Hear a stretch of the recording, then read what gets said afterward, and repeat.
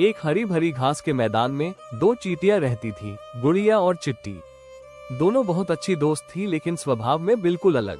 गुड़िया मेहनती और दूरदर्शी थी, जबकि चिट्टी आलसी और मस्तीखोर। गर्मियों में गुड़िया दिन रात मेहनत कर खाने का सामान इकट्ठा करती रही।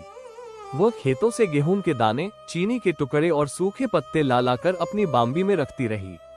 दूसरी ओर चिट्टी बस इधर उधर घूमती, धूप सेंकती और मस्ती करती। जब भी गुड़िया उसे काम करने को कहती, वो हंसकर टाल देती, अरे अभी बहुत समय है, जब ठंड आएगी तब देख लेंगे। फिर सर्दी का मौसम आया, तेज ठंडी हवा चलने लगी और चारों ओर बर्फ जम गई। खाने के लिए कुछ नहीं बचा। अब चिट्टी को एहसास हुआ कि उसने कितनी बड़ी गलती कर दी। भूख से परेशान होकर वो गुड़िया के पास पहुंची और गिड़गिड़ाकर बोली, गुड़िया मुझे खाने को कुछ दे दो, नहीं तो मैं मर जाऊंगी। गुड़िया को दया आ गई, लेकिन उसने समझाया, अगर तुमने गर्मियों में मेहनत की होती तो आज तुम्हें दूसरों पर निर्भर नहीं रहना पड़ता। हालांकि वो अपनी दोस्ती नहीं भूली। उसने चिट्टी को अपने घर में रहने दिया और खाने को भी दिया, पर साथ ही उसे एक वादा भी करवाया, आगे से तुम भी मेहनत करोगी और समय की कदर करोगी।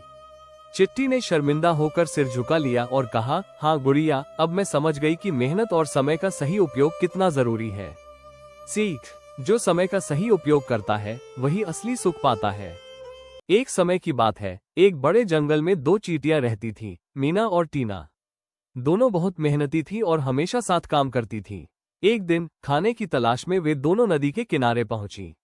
वहां उन्हें बहुत सारे मीठे फल के टुकड़े मिले। दोनों बहुत खुश हुई और फल अपने घर ले जाने लगी। तभी अचानक बादल घिर आए और तेज बारिश शुरू हो गई।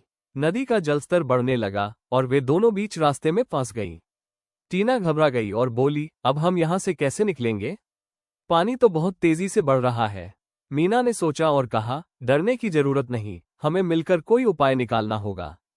उसने चारों ओर देखा और देखा कि एक सूखी पत्ती पानी पर तैर रही थी। मीना ने झटपट कहा, आओ इस पत्ती पर चढ़ जाते हैं, ये हमें किनारे तक पहुंचा देगी। दोनों पत्ती पर चढ़ गईं और धीरे धीरे पत्ती बहते हुए किनारे तक पहुंच गई। दोनों चींटियां सुरक्षित अपने घर पहुंच गईं। सीख, घबराने की बजाय अगर हम समझदारी से सोचें तो हर समस्या का हल निकल सकता है। अगर यह कहानी आपको अच्छी लगी हो तो हमारे चैनल को लाइक और सब्सक्राइब जरूर करें।